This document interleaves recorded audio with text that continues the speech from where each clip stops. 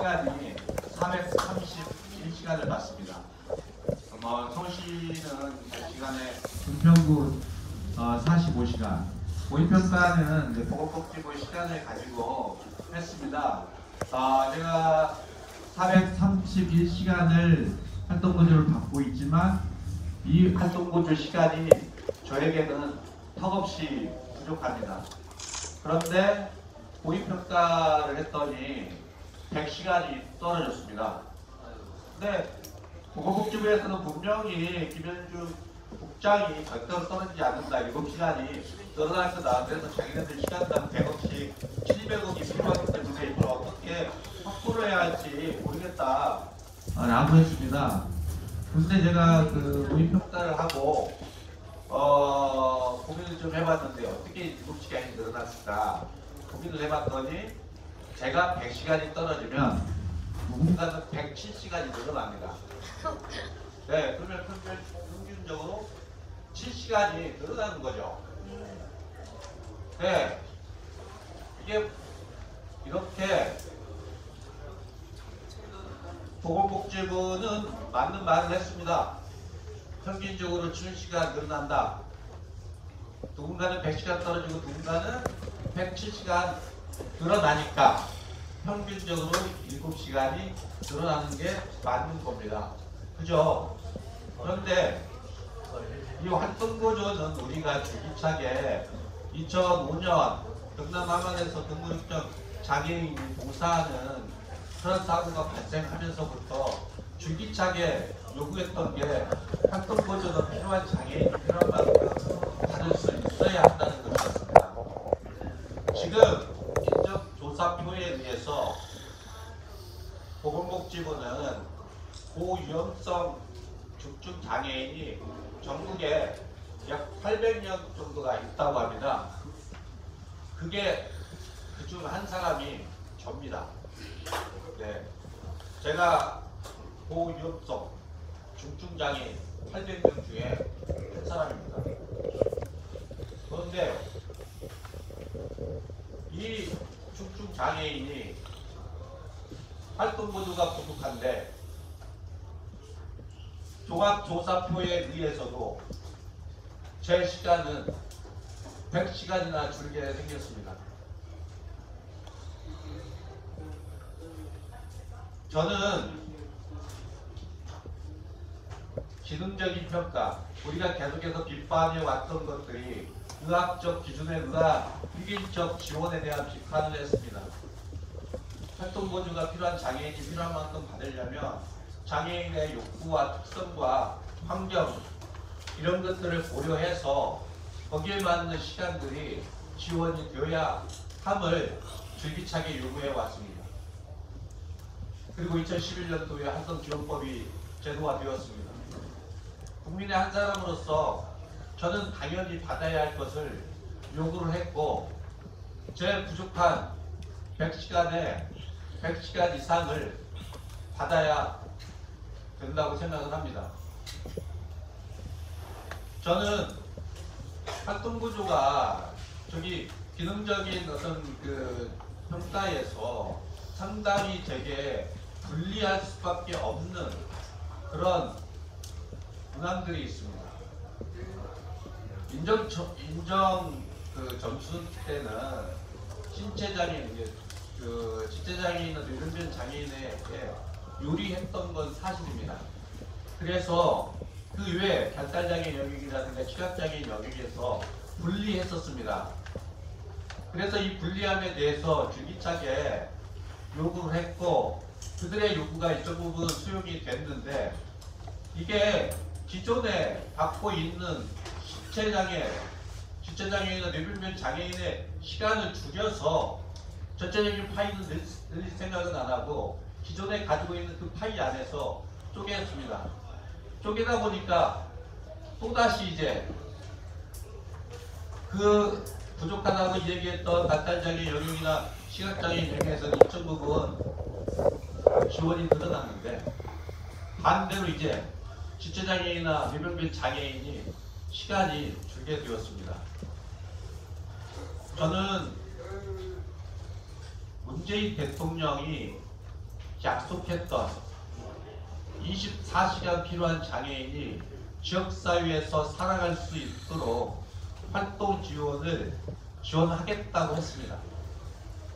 이번 문재인 대통령이 24시간 지원에 대한 필요성을 공감하고 필요한 장애인이 필요한 만큼 받을 수 있도록 지원을 하겠다고 했는데, 이 홍당기 기획재정부 장관이 대통령 말씀을 안 듣고 자기 마음대로 대통령께서 24시간 지원이 필요한 장애는 24시간 지원하겠다. 그래서 시설이 아닌 지역사회에서 살아갈 수 있는 그러한 지원 체계를 만들겠다라고 했습니다. 저는 그 말을 믿었습니다. 왜냐하면 정권이 바뀌면서 그래도 뭔가 정말로 달라질 것만 같은 그런 분위기가 있었습니다. 문재인 대통령이 국민명령 1호라고 장애등급제 폐지를 이야기할 때도 정말로 이 대통령이 장애인의 삶에 대해서 고민하고 장애인의 삶이 어떠한지를 알고 그러한 사회와 환경을 바꾸기 위해서 그러한 공약들을 내는 것으로 알았습니다. 돌아보면 저는 박근혜 대통령이나 문재인 대통령의 차이가 뭔지 모르겠습니다. 장애등급제 폐지는 박근혜 대통령도 공약을 했던 사항입니다. 지금 장애등급제가 폐지된다고 해서 예산은 반영이 되지 않은 채 장애등급제 폐지, 말로만 폐지하는, 여전히 문재인 정부에서도 립서비스만을 하고 있습니다. 장애인의 삶을 철저하게 고려하지 않고 반영하지 않고 이 사회 환경에 구조에서 소외되고 배제되고 분리되고 그래서 시설에 가서 살 수밖에 없는 장애인의 삶, 집구석에 처박혀서 살 수밖에 없는 그 장애인의 삶을 그저 안다는 정도였습니다. 저는 정치인들이 안다고 하는 것들에 대해서 저는 신뢰할 수 없습니다. 신뢰하지 않습니다. 정말로 그가 장애인의 삶을 이해한다면 이것은 예산으로 답해야 할 부분입니다. 말로가 아닙니다. 필요한 서비스가 필요한 만큼 필요한 장애인들에게 지원이 되어야 하고, 그런 지원 속에 정말 장애인도 평등한 삶을 살아갈 수 있어야 하는데, 장애등급제가 폐지되고 종합조사표가 공개되면서 저는 100시간이라고 하는 시간이 그나마도 부족한 시간에서 줄어들게 되어서 저는 죽을 수 있지 않을까 두려워서 떨고 있습니다. 그래서 저는 우리 떨어지거나 떨어지지 않거나 우리가 그런 것 상관없이 장애인들이 이렇게 받아야 되는 그 권리가 제대로 존중이 되지 못하고 보장이 못한다면 우리 한국장애인자립센터 협의회나 정장위원이 앞장서서 지금의 잘못된 사회 구조를 바꿔야 된다고 생각합니다. 그래서 내일 모레 금요일이 됩니다. 금요일날 뭐 하시는지 혹시 아시나요? 예? 2시에 행진한답니다. 나이는 더운데 90이 엄청 더운데. 네. 그래요. 우리 한번 몸부림을 치자고요. 우리는 이렇게 죽을 수 없습니다. 정부가 우리의 요구와 정당한 요구안에 대해서 답을 할 수 있도록, 그래서 더 이상 떨어지는 장애인이 없도록, 더 이상 집에 불이 나서 죽는 일이 없도록, 더 이상 호흡기가 고장이 나거나 빠져서 죽는 장애인이 없도록 우리는 연대하고 힘을 써야 된다고 생각합니다. 정말 모르겠습니다. 실질적으로 이것들을 했을 때 제가 100시간이 아닌 200시간이 떨어질지 잘 모르겠습니다. 이런 것조차 공개하지 않고 지금 7월 1일이면 얼마 남지 않았습니다. 정부는 장애인들에게 충분한 정책에 대한 정보들을 올바르게 보장을 하고 공개를 해야 합니다.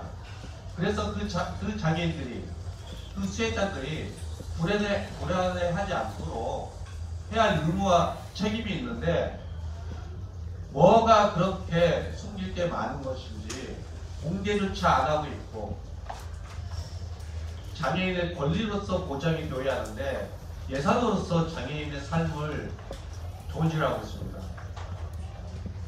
그래서 저는 열심히 더 투쟁을 할 수밖에 없다고 생각합니다. 물론 제가 100시간이 줄어서가 아니라 우리 장애인들의 삶을 위해서, 그래서 4월 7월 1일날 시행이 되기 이전에 내일 모레 14일날 우리 함께 모여서